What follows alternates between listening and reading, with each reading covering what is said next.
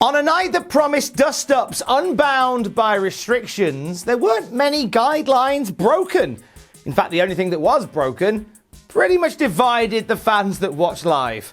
Let's talk about it. This is WWE Extreme Rules 2021 Graded.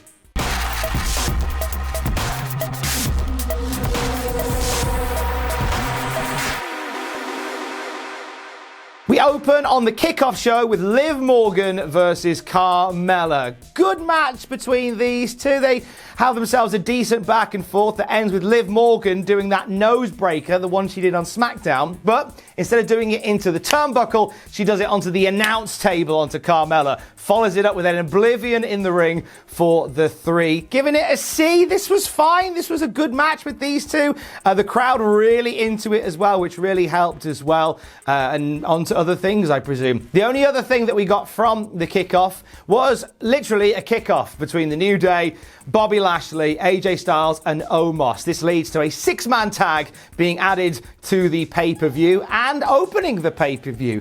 We see Kofi Kingston and Xavier Woods taking a pasting from the baddies. Big E's hot tag turns the tide. This match, a decent opener actually, ends with Bobby Lashley and AJ Styles malfunctioning as a team, both tagging each other in, tagging themselves in the process. Lashley ends up spearing AJ Styles and then stumbling into a big ending for the 1, 2, 3. Giving this a B-. This was a good opening match, thrown in there at the last minute and kind of felt a bit like a Raw match on a pay-per-view, but served its purpose just fine. This was a nice way to put the WWE champion on the pay-per-view. Lashley would later in the night challenge Big E to a WWE title match on Raw. Big E accepting the offer and announcing the match will take place at 8 p.m. tonight. So it'll be the opening match on Raw this evening. So it was a pay-per-view match to set up a Raw match. It's the true spirit of the Attitude Era. The SmackDown Tag Team titles on the line. It's the Street Profits challenging the Usos. Montez Ford had his ribs knackered by the Bloodline on Friday. So big part of this match is Montez Ford taking a shoo-in from Jimmy and Jay, focusing on the ribs. Hot tag from Dawkins turns the tide. Ford gets an incredible near fall after a somersault sent onto the outside and a frog splash that nearly launches him into zero gravity. However, this isn't the night for the Street Profits. Dawkins ends up taking a super kick bullet for Ford, and Ford ends up falling prey to a double splash for the 3 count. It's a B+. These four work so very well together, and Ford continues to shine and paves his path as a future WWE champion without a shadow of a doubt in my mind. The Raw Women's title on the line next. Charlotte Flair defending against Alexa Bliss. We see spooky shenanigans from Alexa Bliss early on, but Charlotte Flair is able to take the lead after weathering silliness. Bliss gets some decent near falls throughout this one, but the end comes very suddenly when Charlotte throws Lily at Alexa Bliss, and this leaves her prone to a big boot to the face, followed by a natural selection for the 3. After the match, Charlotte Flair wipes out Alexa Bliss and then destroys Lily, rips Lily apart, and then we see Alexa Bliss crying for many, many minutes over the remains of Lily, even getting the crowd giving a thank you Lily chant at one point as well. Alexa Bliss foaming at the mouth as she's clutching the skin and the cotton left over of Lily. I'm giving it a C+.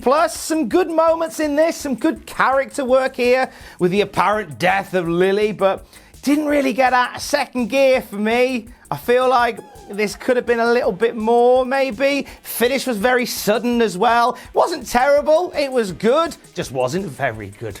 Just saying. The US Championship on the line in a triple threat match. Damian Priest defends against Jeff Hardy and Sheamus. Sheamus has broke his nose again. He needs to take some proper time off. Take his nose on holiday so it can heal properly. Hard-hitting, relentless triangle match nonsense in this one. It was nice to see. Bit sloppy at times, I'll have to admit. There were a few moments in this one where each of the guys sort of lost their footing, whether it was Damian Priest falling out of the ring or Jeff Hardy attempting to turn a reckoning into a twist of fate and sort of falling backwards. We do get otherwise around that a plethora of decent near falls. In fact, a really good one that stands out with Damian Priest hitting a South of Heaven on Sheamus off the top rope, and Jeff breaking it up at the very last minute with a swanton bomb. Loads of great back and forth.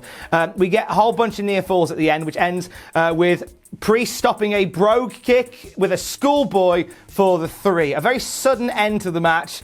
Priest and Jeff Hardy show each other some respect afterwards as Sheamus is all angry on the entrance ramp. I'm giving this a B+. I thought, despite some ropey moments, these 3 had some really good chemistry. Really enjoyed this triple threat match. But again,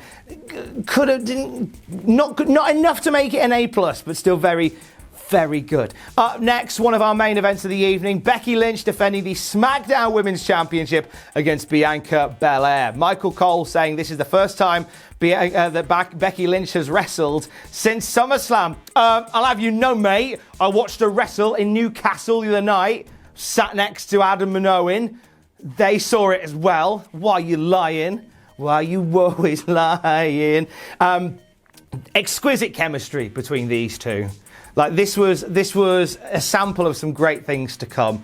And I think Becky's heel mannerisms are superb. I think any fears that we had of Becky Lynch as a heel have very much been unfounded. So I'm happy to see. I'd always rather be happy than right. Becky as a heel was great. Bianca Belair's likeable badassery is so very good. These two worked a beauty of a match. The ponytail came into play a few times in this one as well, with Becky trying to use the tail for evilness, but at one point ends up being her undoing, hoisted by a ponytail as Becky Lynch is pulling on the ponytail of Belair, and Belair pulls her into a spine buster. That looked really nice.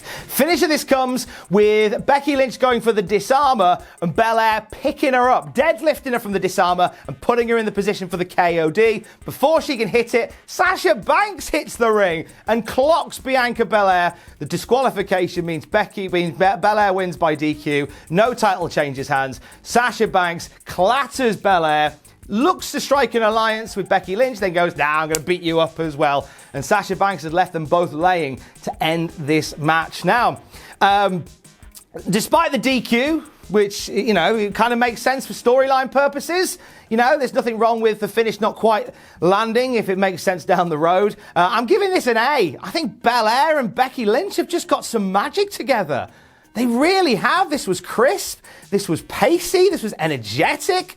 I think had we maybe had a decisive finish, maybe it'd have been an A+. I don't know, but be that as it may, this is the best match of the night so far. Then we come to our main event of the evening, the Universal Championship on the line. Finn Balor, the Demon, challenging Roman Reigns. This felt like an old school main event. Actually, this felt like sort of Attitude Era-esque times with some heavy hits, some big weapon strikes, and a brawl through the crowd. Roman Reigns at one point puts a mask on, demands a mask from Paul Heyman before fighting in the crowd, which, whilst is a very sensible thing to do, kind of came across as heelish for Roman Reigns, which I quite like the energy of that. I do. They fought back into the ring. Tables were used, kendo sticks were used, steel chairs were used. The Usos turned up. They got abused by Finn Balor. Finish comes with Balor getting speared through the barricade, and it looks like he's done, but then the red lights descend upon the arena and Balor starts pulsating. He nips back up like he's been given a Phoenix down, HP 100. Balor is back at full tilt, clatters Roman with a chair, throws him into the ring. Looks like he's going to hit the coup de grace. Red lighting all over the arena. Balor's music still playing, and then the rope breaks. Balor falls off the top rope. The lights come back up. The music stops. Said this in the news this morning. I was half expecting a burp. Didn't get it. Moments later, Balor gets to his feet to eat a spear for the 1, 2, 3. Roman Reigns retains the Universal Championship. And this finish has divided fans. And I get why. Like, this seems a lot of silliness. Personally, I didn't mind it. I thought I'd be bothered by it. Didn't mind it. I think that I know the mission is that you want to protect Finn Balor, you want to protect Roman Reigns, you put them in this match, and they've painted themselves into a corner a little bit by doing it this way. But as long as they add a little bit of storyline as to why this happened, I don't want it just to be, oh, well, it was a freak accident, let's move on. I want a story to come off this. I want Balor to go and do a story that bleeds from this. Since Roman is going to be matched up with Lesnar, I want Balor to bleed off into a story with this bit. Please, that would be nice. Finish being as it was, the match was an A. I thought they were excellent. I think Balor and Reigns have a gorgeous chemistry. Really enjoyed what they brought in the ring. And even the finish, I'll forgive it because the match itself was great. Really good stuff. And overall, you know what? I'm giving Extreme Rules a B. Overall, top matches, whilst the finishes were inconclusive, both delivered in the ring. Everything else ranged from fine to very good. All in the middle there. I do feel this is the time to retire the Extreme Rules pay-per-view concept, though, because you build a pay-per-view around the idea of no holds barred. But when you spend most of the night barring the holds, it seems a bit redundant. Maybe now we swap it out. It's not like WWE are short of cool pay-per-view names. So if you're not going to do like Extreme Rules all night, then fine, rest it. Let's have something different. Give it a new name without the weight of responsibility of hardcore nonsense, and you'll be fine. Stay safe. Love you, bye.